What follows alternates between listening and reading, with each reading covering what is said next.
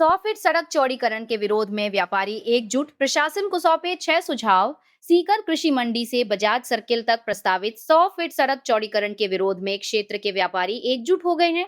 व्यापारियों ने जिला प्रशासन को ज्ञापन सौंपकर सड़क चौड़ीकरण की वर्तमान योजना पर पुनर्विचार करने और वैकल्पिक समाधान अपनाने की मांग की है। व्यापारियों ने जिला प्रशासन को ज्ञापन सौंप करीब 300 दुकानें प्रभावित होंगी, जिससे सैकड़ों परिवारों की आजीविका पर संकट खड़ा हो जाएगा।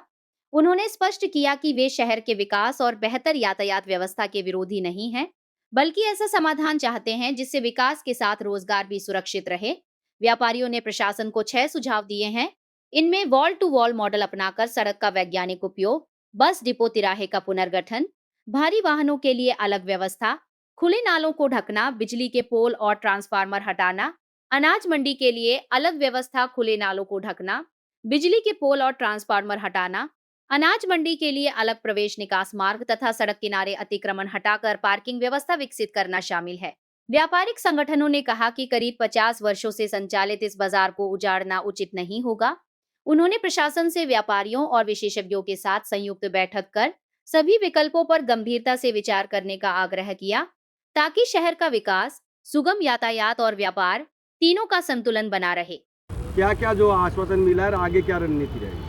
देखो, उसमें यह है कि रोड चौड़ी करने का इन्होंने वो प्रस्ताव रखा था। उसके बिहाफ हम लोग ये बोलना चाह रहे हैं, जो रोड चौड़ी हो रही है, 100 फीट चौड़ी हो रही है, उसमें ये हो रहा है कि 90% दुकानदारों की ये स्थिति है कि किसी के 1 फुट या आधी फीट भी जगह नहीं बच रही, सभी का व्यापार ख़त्म हो रहा है। तो इसमें ये हम लोग ये हैं कि इसका अल्टरनेटिव भी निकल सकता है। जैसे डिपो है, बस डिपो है, बस डिपो तिराहे से मात्र 100 मीटर दूर है। और ये होता है कि बस डिपो से जितनी भी बसें निकलती है वो बस डिपो पे आके रुकती है, इनकी वजह से जाम होता है।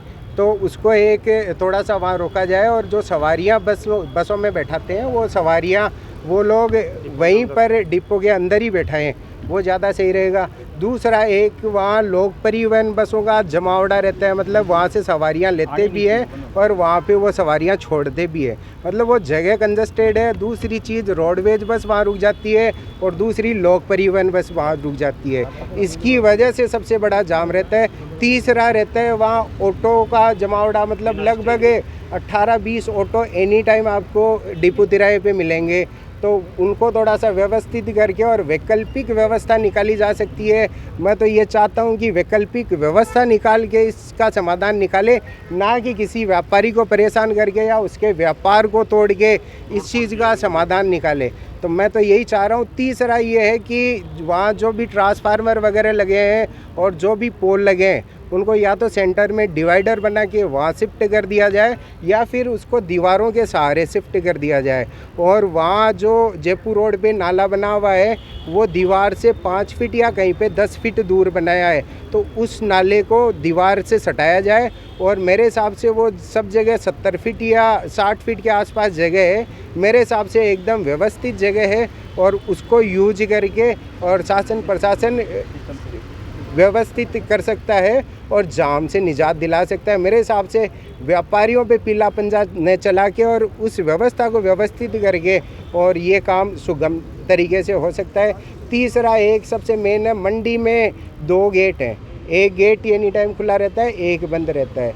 उसमें भी ये है कि एक गेट को आने के लिए और एक गेट को मंडी से बाहर निकलने के लिए व्यवस्था कर दी जाए। उसमें भी क्या है कि जाम की समस्या ज़्यादा रहती है। मेन जाम के 2 ही कारण हैं, एक तो मंडी का गेट और दूसरा डिपो तिराहे पे जो ज़्यादा ट्रैफिक, लोक परिवहन, ऑटो और जो भी ज़्यादा वाहन है, यही मेन कारण है और कोई बड़ा कारण नहीं है। समय से जो है ये मांग भी कर रहे हैं, काफ़ी दिनों से जो है लोगों का विरोध भी वहाँ देखा जा रहा है। स्थानीय प्रशासन की ओर से क्या आश्वासन दिया जा रहा है? देखो, स्थानीय प्रशासन, हम लोग आयुक्त साहब से मिले हैं तो उन्होंने कहा है कि अभी कमेटी का एक आप गठन करिए और आपकी जो मांगे हैं हम उनके बारे में सुनेंगे और बात करेंगे। और हम आज यहाँ आए हैं, कलेक्टर साहब ज़िले के मालिक हैं, तो इनको भी एक बार हमारी समस्या से एक बार अवगत कराएं और इनका भी क्या आश्वासन मिलता है वो एक बार देखते हैं। उसके बाद आगे की रणनीति रहेगी हमारी कि क्या करें। नाम बता दें। मेरा नाम राकेश खिचड़ है और मैं एक व्यापारी हूँ जयपुर का।